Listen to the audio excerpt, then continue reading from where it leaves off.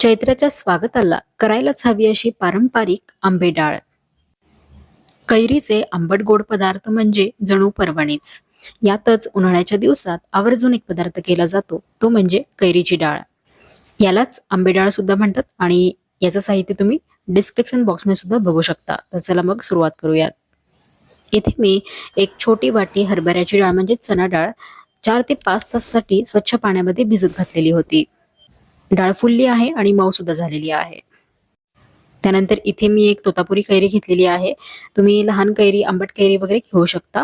आता याची साल काढायची आहे आणि या कैरीमधली आपण अर्धीच कैरी वापरणार आहोत.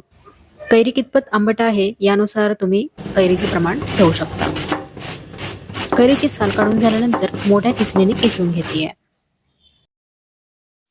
तर असा हा कैरीचा किस तयार झालेला आहे. आता डाळीमधलं सगळं पाणी काढायचं आणि एका मिक्सरच्या भांड्यामध्ये घ्यायची आहे. डाळीबरोबरच मी यामधील थोडीशी कैरी सुद्धा घालतेय. म्हणजेच डाळ कैरी बरोबर एकजीव होईल आणि याची चव आणखीन वाढेल. बाकीची कैरी आपण नंतर घालणार आहोत. आता यामध्ये काही आल्याचे तुकडे, 2-3 आल्याचे तुकडे घेतलेत आणि 2 हिरव्या मिरच्या घेतलेल्या आहेत. तिखटाप्रमाणे तुम्ही हिरव्या मिरच्यांचे प्रमाण ठेवू शकता.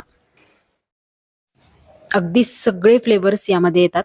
आता 1 चमचा साखर घालतेय आणि चवीपुरतं मीठ घालायचं आहे. आणि आता यामध्ये पाणी वगैरे घालायची गरज नाहीये. अशीच कोरडी वाटून घ्यायची आहे. मिक्सरच्या ऐवजी तुम्ही पाटा वरवंट्यावरती देखील ही डाळ वाटून घेऊ शकता. वाटताना ती बारीक वाटायची नाहीये, तर थोडीशी ओबड-धोबडच राहिली पाहिजे. या पद्धतीने मिक्सर चालू बंद करून वाटून घ्यायची आहे. आता ही वाटलेली डाळ एका भांड्यामध्ये काढून घेऊ आणि बाकीची राहिलेली किसून ठेवलेली कैरी यामध्ये घालू.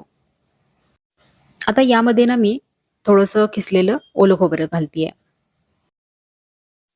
आता हे सगळं साहित्य आपण मिक्स करून घेऊ आणि याला आता आपल्याला एक मस्त अशी चरचरीत फोडणी द्यायची आहे. फोडणीसाठी एका पॅनमध्ये 2 चमचे तेल गरम करून घेतलंय. त्यामध्ये अर्धा चमचा मोहरी, तसेच कढीपत्त्याची पाने आणि हिंग घालायचा आहे. पाव चमचा हळद आणि 1 लाल सुकी मिरची ही फोडणी तयार करायची आणि मग या डाळीवरती टाकायची आहे. आता ही खमंग फोडणी या डाळीबरोबर मिक्स करून घेऊ. वरून बारीक चिरलेली कोथिंबीर घाला आणि बस झाली आपली ही आंबट गोड आणि थोडीशी तिखट चवीची कैरीची डाळ. अगदी फ्लेवरफुल आहे, मस्त अशी चटपटीत तयार होते. दुपारच्या शाकाहारी जेवणाबरोबर तुम्ही ही सर्व्ह करा. चपाती, भाकरी बरोबर अप्रतिम लागते. रूम टेम्परेचरला म्हणजेच जर बाहेर ठेवली तर साधारण 6 ते 8 तास टिकते आणि फ्रीजमध्ये ठेवणार असाल तर 1-2 दिवस आरामात राहते. जास्त दिवस ठेवू नका. फ्रेश करूनच खावा. कारण फ्रेश केलेलीच आंबे डाळ खूप मस्त लागते.